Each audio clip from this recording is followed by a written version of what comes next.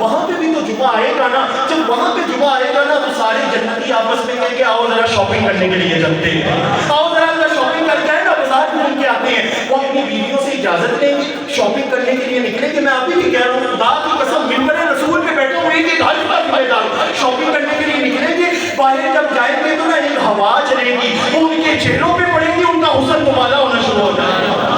وہاں پہ وہ شاپنگ کریں گے, کوئی پیسے نہیں لگیں گے, کوئی درہم و دینار نہیں لگے گا. جب ساری شاپنگ کر لیں گے نا, رب ذل جلال بولیں گے آ جاؤ اور مجلس سے باری آ گئی ہے. اب وہ مجلس کے اندر آئیں گے, رب ذل جلال ساروں کو بٹھا کے کہے گا تم نے شاپنگ اپنی مرضی کی کر لی, دنیا میں زندگی میری مرضی کے مطابق گزار کے آئے ہو.